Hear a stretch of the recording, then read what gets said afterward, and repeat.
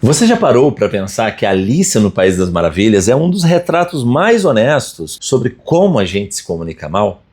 Se você achou que essa era só uma história estranha, acredite, ela é estranha de propósito. Eu reli esse livro recentemente e quanto eu mais avançava, mais ficava claro. O País das Maravilhas é um mundo onde todo mundo fala e quase ninguém se entende. E isso não é à toa, hein? Mas uma crítica brutal à comunicação humana. Quando você olha com mais atenção, o livro vira quase um manual invertido sobre linguagem e poder. E eu quero te mostrar alguns pontos que deixam isso escancarado. Primeiro, linguagem como poder. No livro, a rainha de copas não conversa, ela ordena. A fala não cria entendimento, cria medo. Quem controla o discurso tenta controlar a realidade. Segundo, ninguém escuta de verdade. Os diálogos são atravessados por ego, pressa e interpretações literais. Cada um responde mais preocupado em falar do que em compreender. Terceiro, quem define o significado das palavras manda no jogo. No País das Maravilhas, a palavra significa o que quem fala quer que ela signifique. Quem controla o discurso tenta controlar a narrativa. Quarto,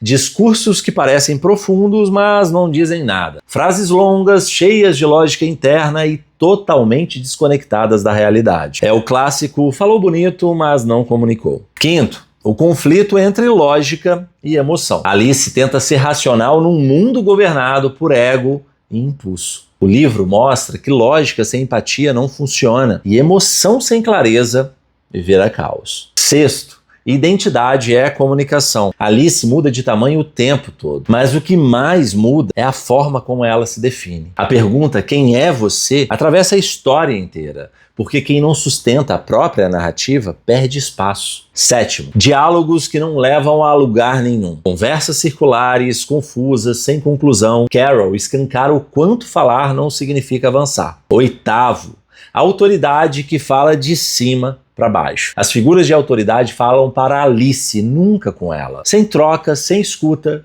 sem diálogo real. E onde não há troca, não existe comunicação, só imposição. Nono, a ironia como ferramenta de comunicação. O humor ali não é só piada, é crítica, é desconforto. Rir em Alice é perceber algo que não foi dito diretamente. E por fim, o silêncio também comunica. Em vários momentos, o olhar perdido de Alice diz mais do que os discursos ao redor. Alice no País das Maravilhas é sobre isso. Um mundo onde todo mundo fala, quase ninguém escuta e o sentido se perde no caminho. E talvez a grande pergunta não seja como falar melhor, mas para que eu estou falando? Já pensou nisso? Então, segue para mais reflexões como essas.